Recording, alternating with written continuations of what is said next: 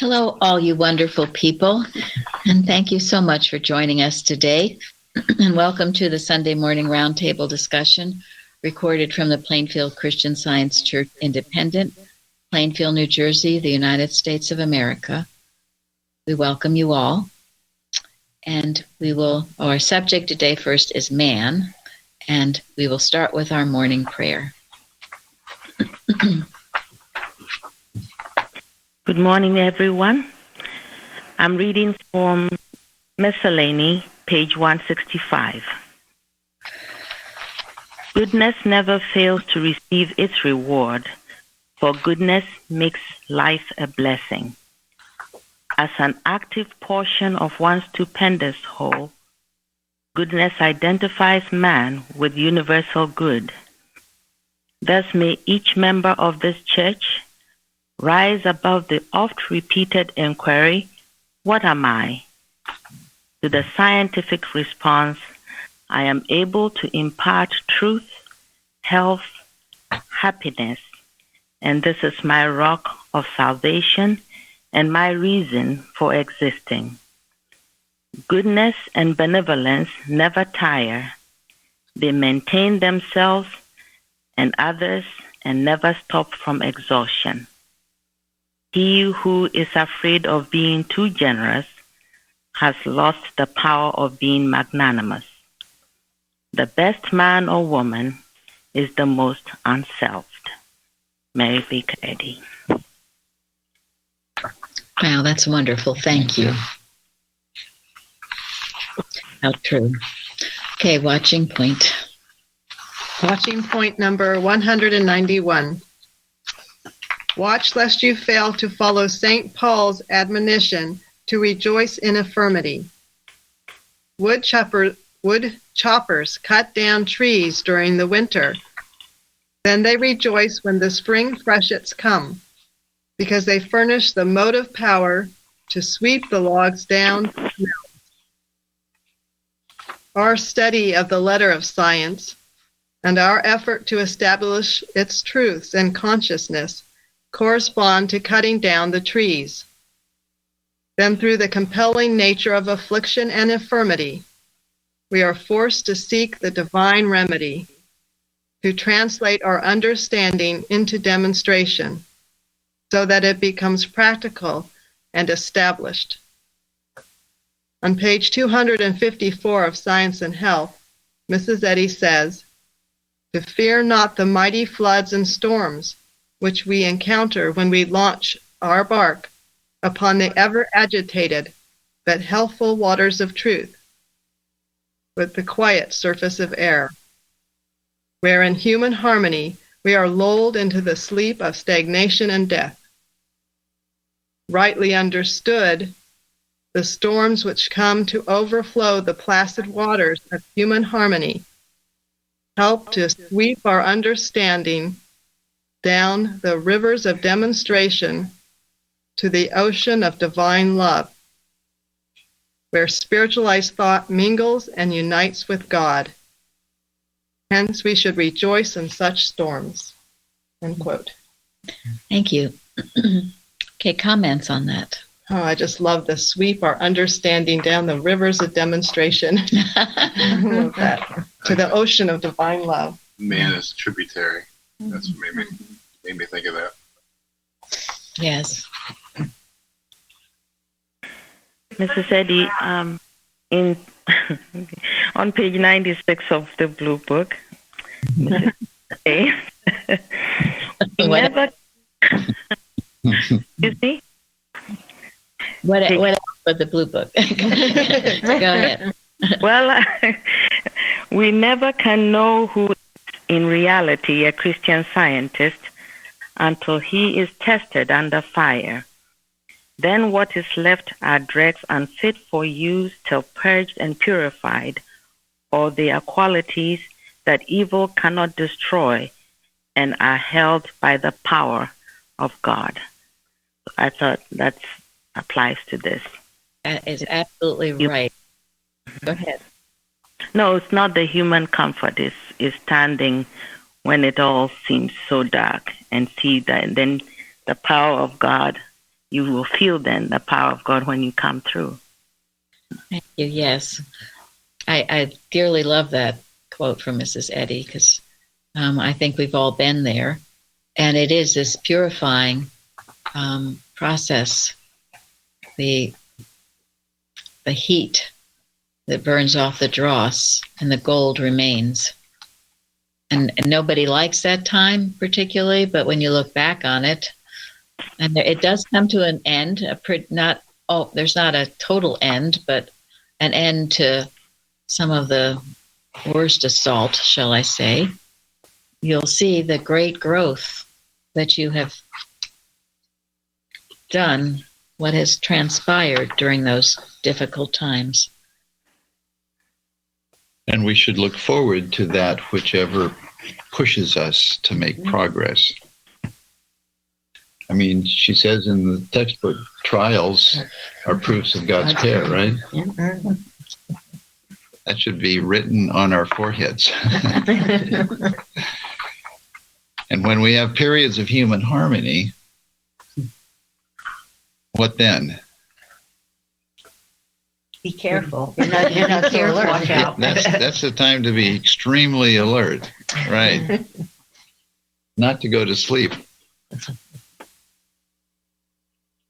So easy to do, and you can think that you're working, but sometimes you're not really working. You're just having a good time. You're absorbed in your materiality.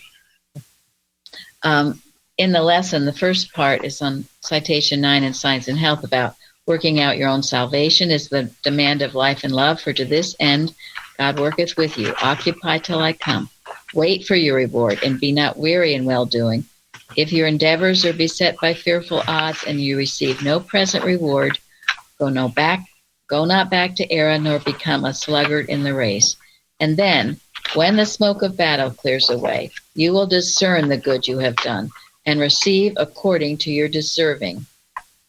Love is not hasty to deliver us from temptation, for love means that we shall be tried and purified. And we had a wonderful Bible study yesterday on Joseph. If you missed it, listen to the recording, because this is what happened to him, right? I mean, my gosh, all those years. It wasn't just a week or a month or a few months. It was years of being tried. 13 to be exact. But then when the smoke of battle cleared, he saw the good that had been done, and he just kept working. And so must we. And this is where we get our strength. It's not, as we say over and over again, about sitting in your prayer chair and reading and then going off and doing whatever you darn well please. This is about applying it. This watching point connects with last week's too, about the tree, building the roots, and so you don't get blown away. You've got to apply the science when the storms blow. And it becomes stronger to you if you do apply it. It does. If you just kind of take it. That's right. It strengthens you to apply it. Mrs. Eddy says, tear of triumph harms, and when you have your triumph, you want to just rest on the work you've done, which is a bad thing. And there's no such thing. There's no such thing, really. Every day is new. Go ahead. Over the years, couldn't happen without the unity or having a church where there's a community of people that, could really they made such a good environment for people to feel loved and at home, supported, and everything else. Thank you very much, Craig. That's right, Craig. That's what a good church should do. We watch each other's back. And, help kind of wake each other up if it needs to be. And, one of the things that we have all observed, and I know many of you have observed, is that the more useful you become to God, the more error is not going to like it, and it's going to try to keep you from doing what God wants you to do. So don't get discouraged when the trials come, when the challenges come. And they will come, they'll come tailor-made. They'll come through your family. They'll come through your friends. They'll come through your job. They'll come through whatever is near and dear to you. And so don't get discouraged. Don't take it personally. It's not people. It is the impersonal error that is just trying to take your Christ from you and to keep you from doing what God wants you to do. And if you can keep your wits about you and keep God in your heart and not lash out against people, you will rise above it and you will be stronger for it. And you will be very, very useful to God and to mankind. Yes, as was Joseph. And I think that's why the learning that all that comes that's negative is animal magnetism, and we learn to handle it. Eustace writes something rather beautiful. He says that now the point is, how do you handle animal magnetism? Not as evil to be destroyed, but as in its true sense, as the angel of God urging you forward in your footsteps heavenward. I thought that was very encouraging. Yes. That's a great way to look at it. It sure is. And that goes along with, this is in the lesson twice this week from Romans, and we all know that all things work together for good to them that love God, to them who are called according to his purpose. So the very trial, Mrs. Eddy says, the thing that seems so wrathful, you can entertain an angel unawares. Doesn't she say that? That's what Eustace is saying. And what seems so awful to you, it's going to work together for your good. Now, there's a qualification to that, which is Obedience. You have to be yes, doing your best. To them that love God, and to them who are called according to his purpose. Now, Joseph, yes, he loved God. That was sort of the theme of yesterday, the Bible study. He loved God. He was always in God's presence, always talking to God, listening to God. And he certainly was called according to his purpose. That goes along with what Florence read in her prayer this morning, an unselfed love, and drink with Mrs. Eddy, her life's purpose of establishing true Christian Science. These are the things that keep us grounded. And so no matter, once you have those two things, that you love God, you feel you're called according to his purpose, you have an unselfed motive plan in your life or whatever it is you do, then whatever happens to you will work together for your good. Whatever, how awful, whatever, can be the biggest mess in the world.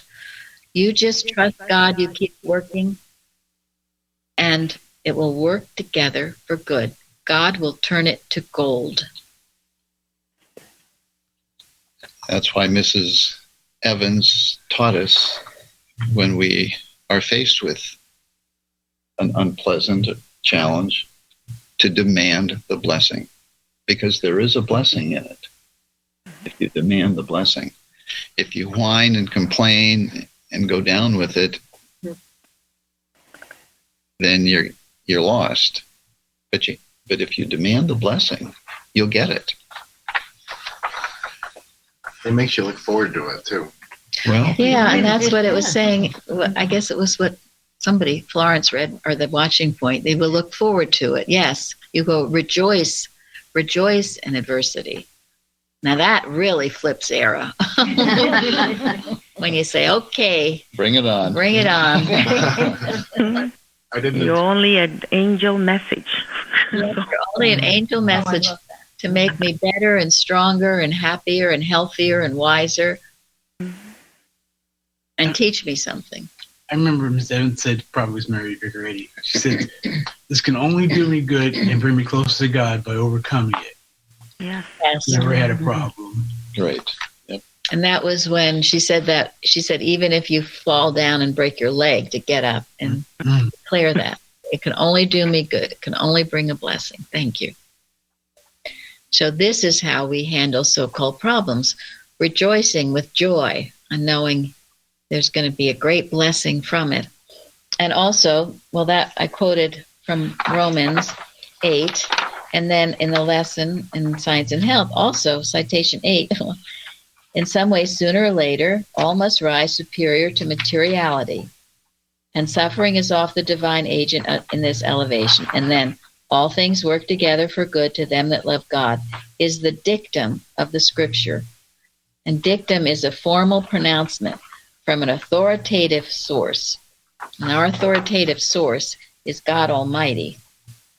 So when we read these things, we have to understand this is God speaking to us, these promises in the Bible, and also in Science and Health. This is God speaking. It's not just some little lady who wrote a book. I was reading an article by Clarence Chadwick. I think it was in the Liberator that was on Mrs. Eddy being the woman in the apocalypse. And he was talking about people can say the scientific statement over and over and over, and why the healed or it has no meaning. And he said, what really helps you is to understand it wasn't just some little lady that wrote this down and it's a nice statement. This is the word of Almighty God. And she was prophetically known as the woman in the apocalypse, as was Christ Jesus, something very astounding and extraordinary. And when you get that behind it, you'll watch, it'll jump off the page at you. Very important we understand that. And it'll work miracles in your life, so-called miracles. Yes, yes. It's up to us to make Science and Health our autobiography. Yes, that's it. Right. That's right. And when life deals you a lemon, what do? Out of lemonade. Exactly. You got to do something. You make the lemonade. But I do understand blessing. It's sometimes easier said than done. Undoubtedly. It's always easier said than done. Yeah, we get challenged. So but that's why Mrs. Eddy says, Christian scientists have enlisted in an army. Yeah. This is not cream puffs at 20 paces. yes. But the enduring fact that God is with us, that is so helpful. Yes. It is, no matter what we have to meet. And if God be for us, who can be against us? And that battle is the Lord's. Thank you for that reminder. It's not you battling anything.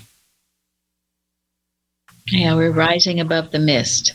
Sometimes when you battle too much, you've made this huge reality of it, and you've got to remember not to do that.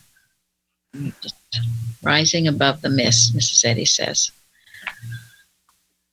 Now, this week I was so proud of myself. I rarely say that, but because many of you send me wonderful things, and I usually have Gary print them up for me, and then they get put in a folder. Sometimes I get right on it, and other times I don't. So this week I was organizing this huge pile of papers, and I found so many really wonderful things in that pile, and now I'm putting them all in folders with what they are and what they aren't. Anyway, it makes me so happy. So one thing that I found that was so helpful to me this week, it was something that Thomas had sent me a couple of years ago. I'm sorry to admit that. Anyway, so I thought, well, today I'm going to spend some time, a little bit of history lesson, and honoring Herbert Eustace and also Charles Evans Hughes. Now, do any of you know who Charles Evans Hughes was? No. Okay. He was the counselor for Herbert Eustace in the great litigation trial. And Linda Thank you, Linda. Found a few things about him. The achievements of Honorable Charles Evans Hughes, Sr. He's 11th Chief Justice of the United States. That was 1930 to 1941. He was the 44th United States Secretary of State. He was the Associate Justice of the Supreme Court of the United States. It was 1910 to 1916. And he was the 39th Governor of New York. It was 1907 to 1910. And this was published by something called Footsteps of His Flock. And Linda, tell us about that. That's a website that's dedicated to Eustace writing and also the Great Litigation Period. She has several interconnected websites. And go ahead. No, there are quite a lot of good stuff on there. Eustace's stuff. Eustace's stuff. These are articles written by Eustace, and they were in the Christian Science Monitor, right? Is that correct? Through the Home Forum. And I didn't really understand this. And they're wonderful articles. They didn't put his name to it. It said the articles were originally published under the authority of Mary Baker Eddy's 1898 Deed of Trust by the trustees of the Christian Science Publishing Society. And Eustace was one of those trustees. Yes. Who was appointed by Mary Baker Eddy to be trustees of her deed of trust, which is why every working Christian scientist should understand the litigation that took place in 1917, 18, 19, because it's important history. And the lessons to be learned from it are invaluable. They are, because they are important for right now, because as we've been taught here, as goes the Christian Science movement, go so's the nation, go so's the world. And I don't say this critically, because if all that hadn't happened to us, to me, in this church, I might not have known any of this either. And so it's our desire to at least try to educate people. Mrs. Eddy says to know her history and the history of the church is very important. She says that's what makes a good practitioner. So anyway, first I will get back to our dear friend. He is our friend, Charles Evans Hughes, Honorable. Linda found something I found so interesting about his father. This is the latest in a series of posts about the Reverend David Hughes, father of Charles Evans Hughes, the Glen Falls native who was a Republican nominee for the president in 1916 and served as New York governor, U.S. Supreme Court Associate Justice, U.S. Secretary of State, and U.S. Supreme Court Chief Justice. Okay, so this is his father, who was a minister. And he says, which shows the uprightness of this man's father, slavery is an example of organized sin, the Reverend David Hughes said in a sermon published in the July 5, 1861 issue of the Glens Falls Messenger.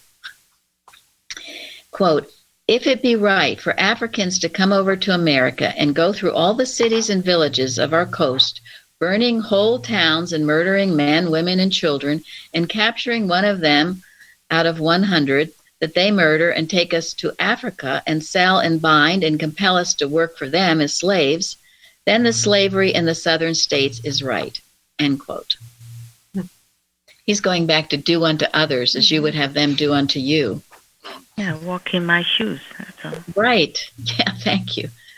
He rejected the argument that the ownership of slaves that had already been in the United States for years was acceptable. And this is a quote again. Does time make any difference with sin?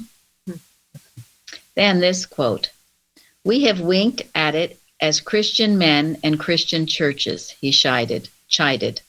Our religious associations have degenerated in their sentiments and opinions concerning this enormous and legalized sin, end quote. That shows real. That's his father. That's his father speaking out boldly And it was and not a very good time to be doing that. it In wasn't. 1861. And the movie Harriet shows how Christians, purportedly Christians, who were letting all this go on. Well, this guy is saying this is legalized, organized sin. He's calling what Mrs. Evans used to like to say, he's calling a spade a spade. He was not making it nice, was he? No. This is what it is. And let's take it from there. So this is the type of environment Charles Evans Hughes grew up in. I tried to look for a while ago. I tried to look for a biography from him, and I did find one, but I don't think it's in print anymore. And actually, I gave it to my son. Someday I'm going to have to get it back from him, I guess, because he was very interested in this man, because he was a very upright, good man. Now, his father and the son. Now, this is what Thomas sent to me a couple of years ago. He says it's in a book, Mary Baker Eddy Betrayed by David Robinson. Now, I actually have that book. It was sent to me by David Robinson, again, a few years ago. It's very interesting. It was somewhat upsetting to me because of the title, and I guess it's a true title, but it's the idea of Mary Baker Eddy being betrayed. It's just upsetting to think that by her directors of her church. Anyway, and he goes into it. It's one of the many history books we have. And he says a lot of very interesting things. And in it, he quotes this Charles Evans Hughes. They always give the Honorable Charles Evans Hughes, former governor of the New York State, who ran for president of the United States and later became Chief Justice of the Supreme Court, United States Supreme Court. He summarized Eustace versus Dickey, 1921, thusly. Who is Dickey in this case? Adam. It's Adam Dickey. He was a secretary to Mrs. Eddy. He was.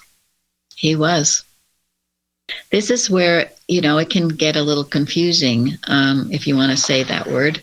But Adam Dickey? Oh, grace. Yes. Suing Herbert Eustace? Yes, suing. A fall from grace. A fall from grace. Annie Knott was on the board. William Rathbone. Adam Dickey and William Rathbone lived in Mrs. Eddy's home in Chestnut Hill. We saw their rooms that they stayed in. When we went to Chestnut Hill, the lady that gave the tour there said that Calvin Fry had talked to Adam Dickey, and I believe it was William Rathbone too, saying that, trying to explain to them that what was good for the cause of Christian Science was indistinguishable from what was good and right about Mrs. Eddy. So. Thank you very much, because they tried to separate that. That's a very important quote. I have that written in one of my multitudinous notes as well. But yes, thank you, because they wanted to disobey Mrs. Eddy. They did. For the good of the cause. Yes. Thank you. That's a very important point you all have to understand. I read, too, they said she made a loving mistake with the estoppel clauses. And they lived in her home, these two men. Annie Knott was a wonderful worker. Someone a while ago got angry because we brought this out, because his grandmother was taught by Annie Knott. But Annie Knott was a wonderful worker. Her child had been healed. He had poison, drank some awful poison, and had practitioner help and was healed, and she became a good worker. She knew Mrs. Eddy. And if you read Long Year, or if you read anything to do with the organization, they will tell you these people stood up in a terrible storm and stood up for what Mrs. Eddy intended. Well, did they? But it's sin that did it all. I mean, the human mind. Right. That's So anyway, now this is this quote from Honorable Charles Evans Hughes. Quote, "It seems most unjust to Mrs. Eddy, most contrary to her teachings, to assume for one moment that she relied upon the despotic power which these directors have arrogated to themselves. The unity that these directors wish, the unity of despotic power, the absolute control of the entire government of the Christian science, is in the church and in the publications and everywhere else, is the unity which might well destroy the very faith of the organization for the propagation of the faith to which they profess to be devoted. And this is a quote in the quote. There is nowhere now any more centrally controlled religious organization than the church founded by Mrs. Eddy. It is the rigidity of the organizational structure with its extraordinary controls over branch churches, practitioners, and other responsible leaders that has been the occasion for most of the conflict that has been aroused. Every measure the directors have taken to guard their authority has stifled freedom of thought and expression, inhibited initiative and responsibility, and has closed off the means of inspiration and instruction. Their every step has tended to dilute and emasculate Christian Science. End quote.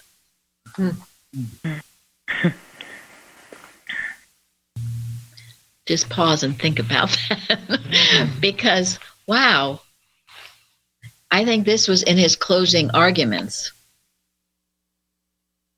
Now, Gary can tell a little bit of what because a lot of you, we always get new people. Some of you know all this, some of you don't. So what was the litigation about? Yeah, for those who are not familiar with the litigation, Mrs. Eddy set up two organizations. She set up the Mother Church to be governed by 5 directors, and she gave them a manual. And the manual was given to her by God. Every bit of it was as inspired as the textbook. So the 5 directors had a manual to govern the church in Boston.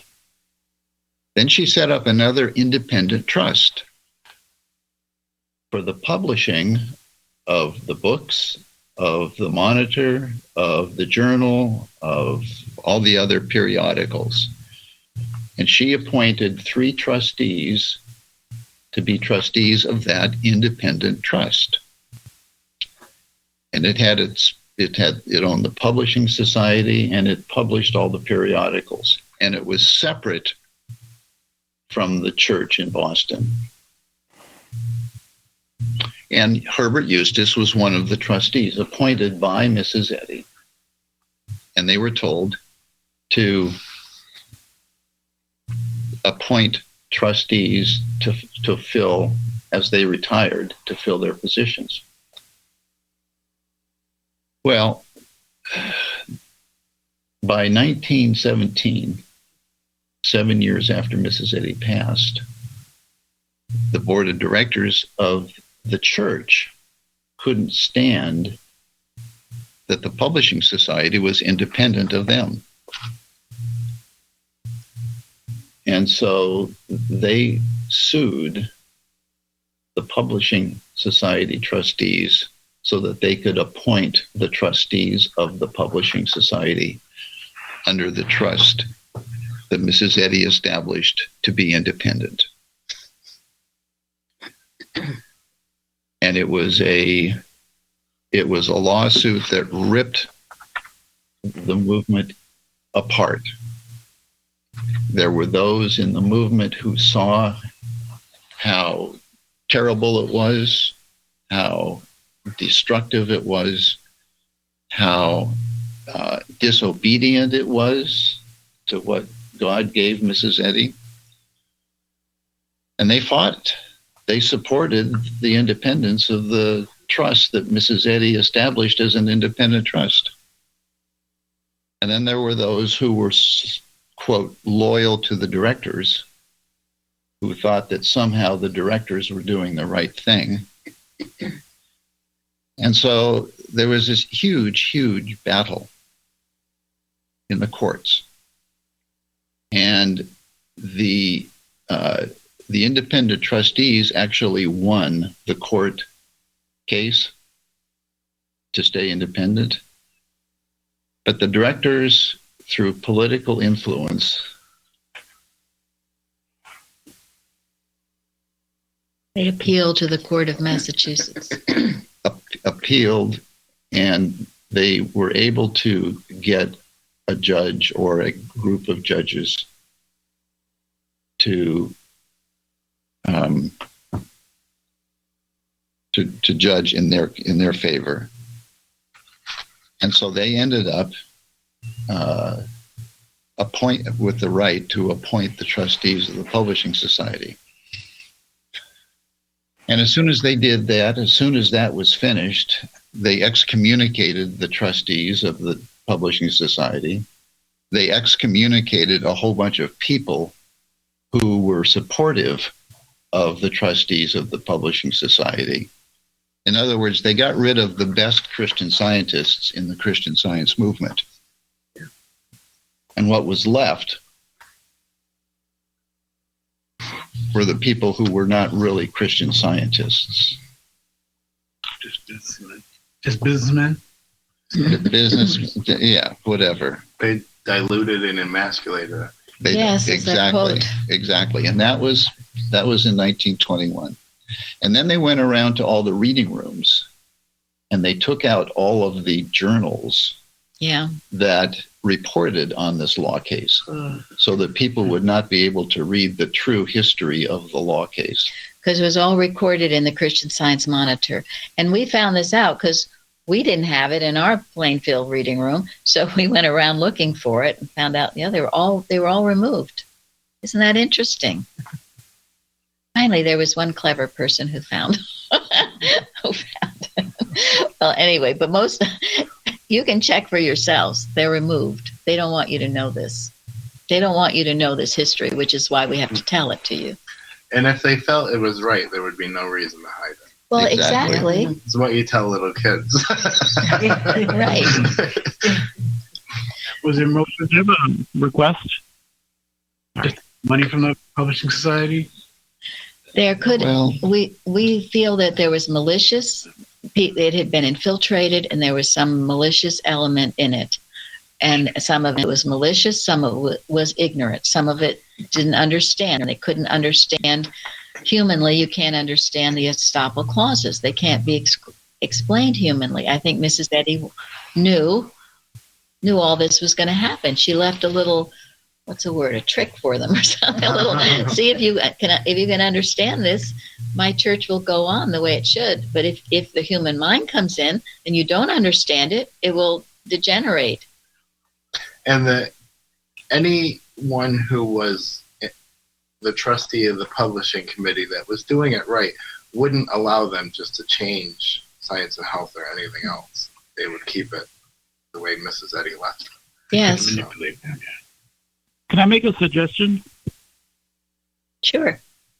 Could those articles be scanned or uploaded somehow, just so that people could see that with their own eyes, and even if they don't want to believe it?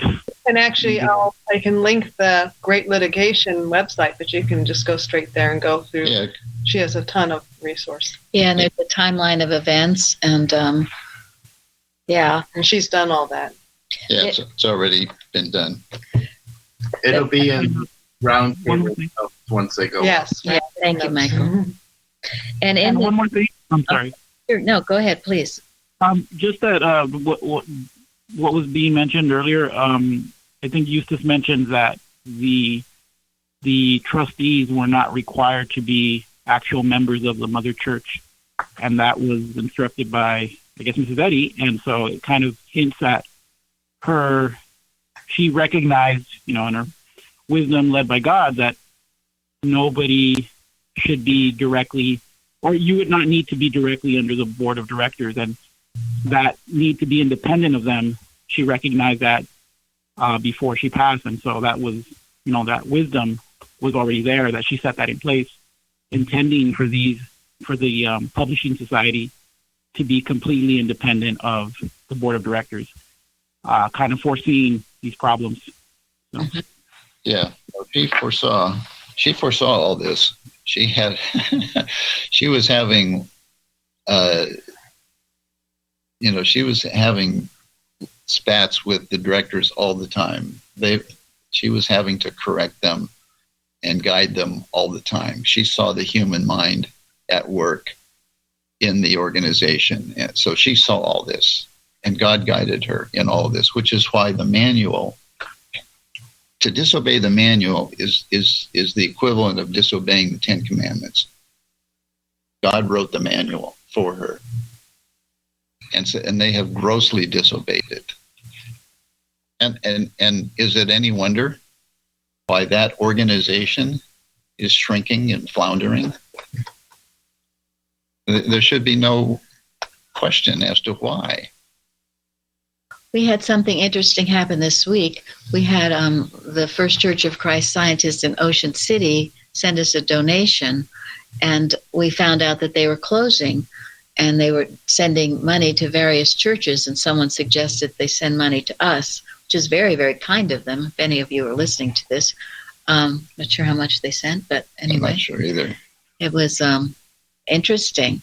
And then the other, I think I've told you, there's this church in California that one of our members associates with, and told them all about our church. And two of their readers, when they found out what was going on in the organization, they quit.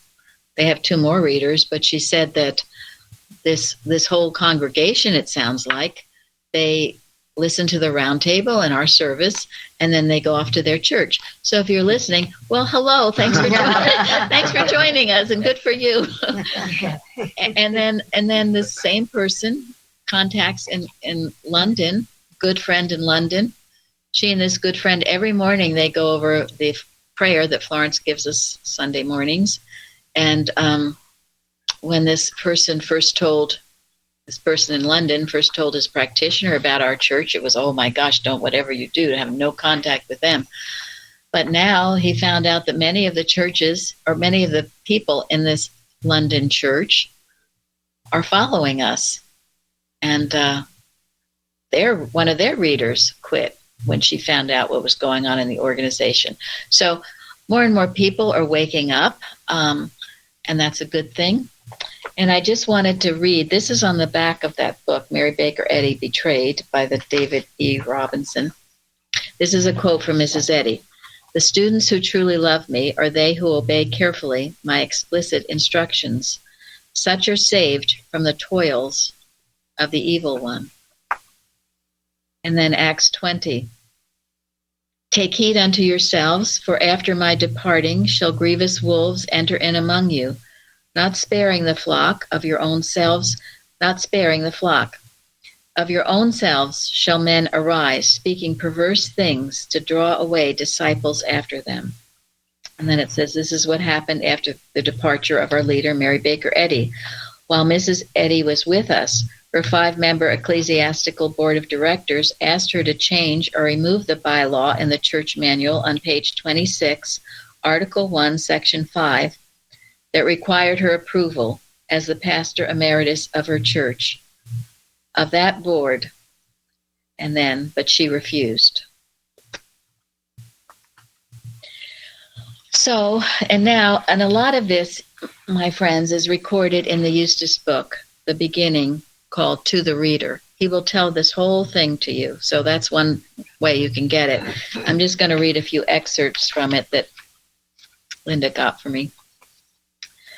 "Seldom," and this is about his lawyer again, his counselor, "seldom has the world seen such distinguished counsel collaborating on a case.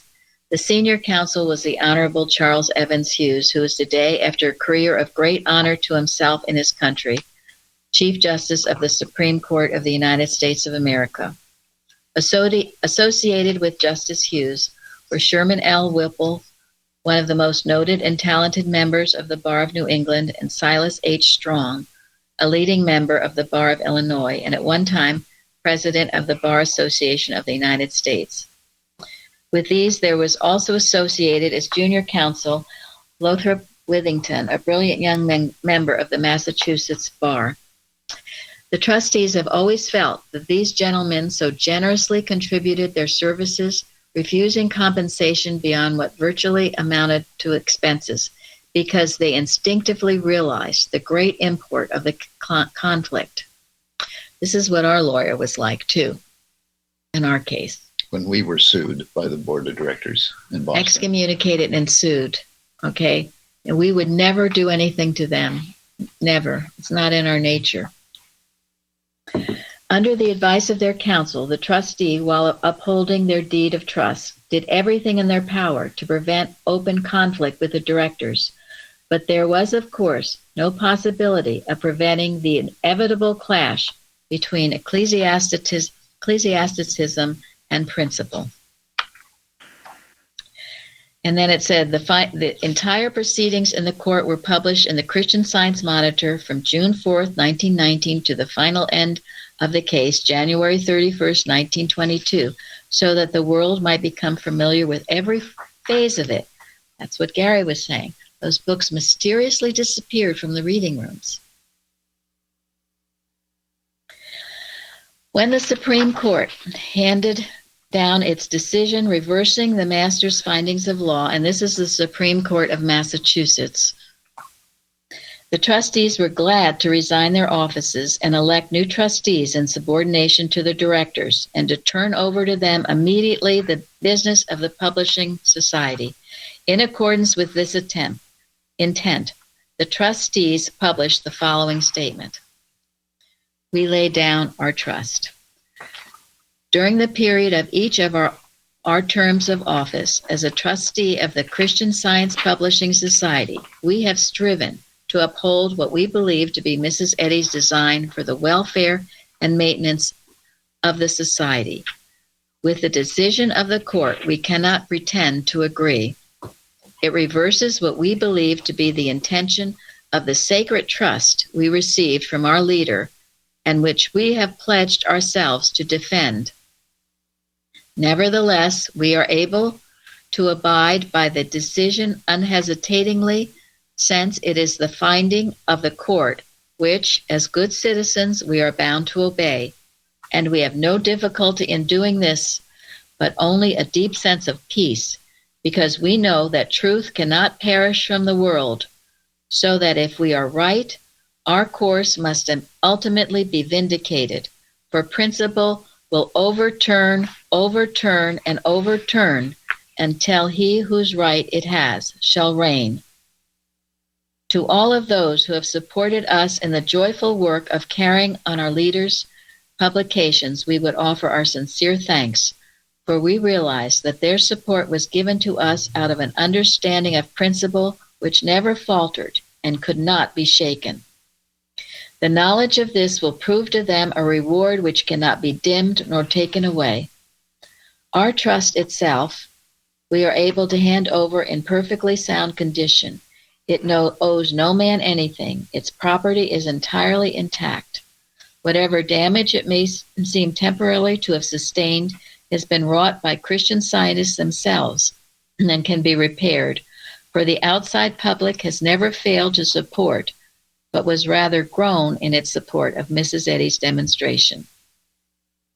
To be obedient to the teaching of Christian Science, every Christian Scientist must learn to be a law unto himself.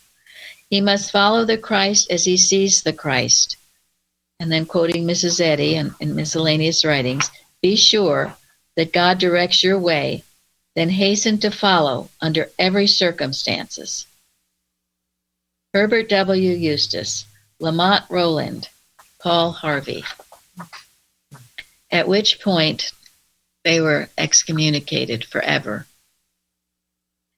And it goes on to say about, well,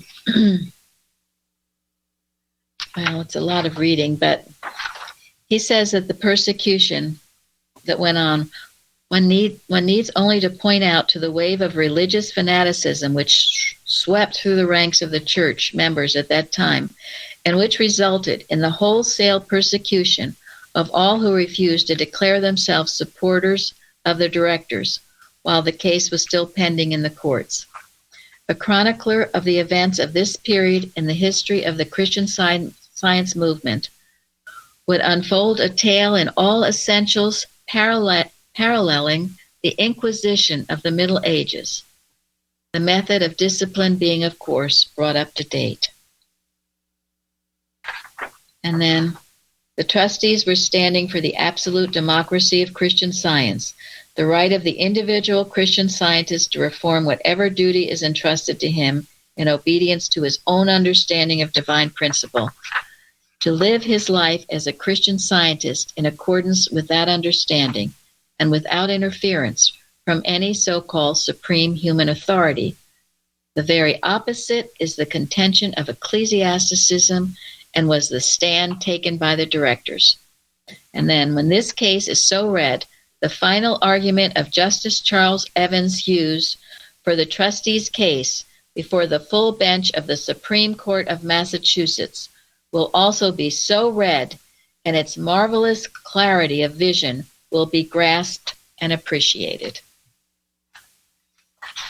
He was a statesman. And a fine practitioner and teacher. Uh-oh. Well, what I would like to say also is the reason I bring this up today is that Eustace lived a long life and had a good practice. He was, as Gary just said, a wonderful practitioner. He did great work, even though they tried to destroy him. And one thing I remember, one of his students was Richard Oakes. Remember Richard Oakes and how grateful we are to him because he saved Florence's blue book, the green book, the yellow book. He took them all to England at the bidding of Carpenter Jr., so the books would not be kept in the archives, that they would be available to all mankind forever. And thank God for him. He was taught by Eustace. And when Oakes said to Eustace, "Aren't you going to get back at these people? This was just terrible what they did to him, or did to you." Eustace said, "Don't ever say that to me again." He got a sound rebuke for that. He said, "Love is the order. Love is what heals." That's why Eustace lived for such a long time. And that's the truth. Love. He said, if I dropped to that level, I would be dead. That's true of the great prophets. It's true of anybody who's been persecuted. If you drop to their level, you will be killed. You will die because you're not in the only saving point is being in the divine mind. Remember that. So Eustace lived a long and happy life. And after he was excommunicated, he traveled around the country for decades, healing and teaching, and he attracted huge crowds wherever he went. And I remember him saying in his book that being excommunicated was the greatest freedom he could ever have been given. Yes. He was so grateful for it. Yes, and it was for us too. The greatest freedom. We went through all that wondering why. Well, here we are. Thank God. There was a divine plan. So we have nothing but joy and happiness about it. And gratitude for being freed from ecclesiastical despotism. Yes. And aren't we all grateful for that? We are all grateful for that. We have a good God, and he is looking out for us. Absolutely. So with that, I believe we have to end since the bell has rung a while ago. Thank you. Thank you all. Thank you all for joining us. Great to be with you all. Have a wonderful day and have a wonderful service. Thank you. Thank you.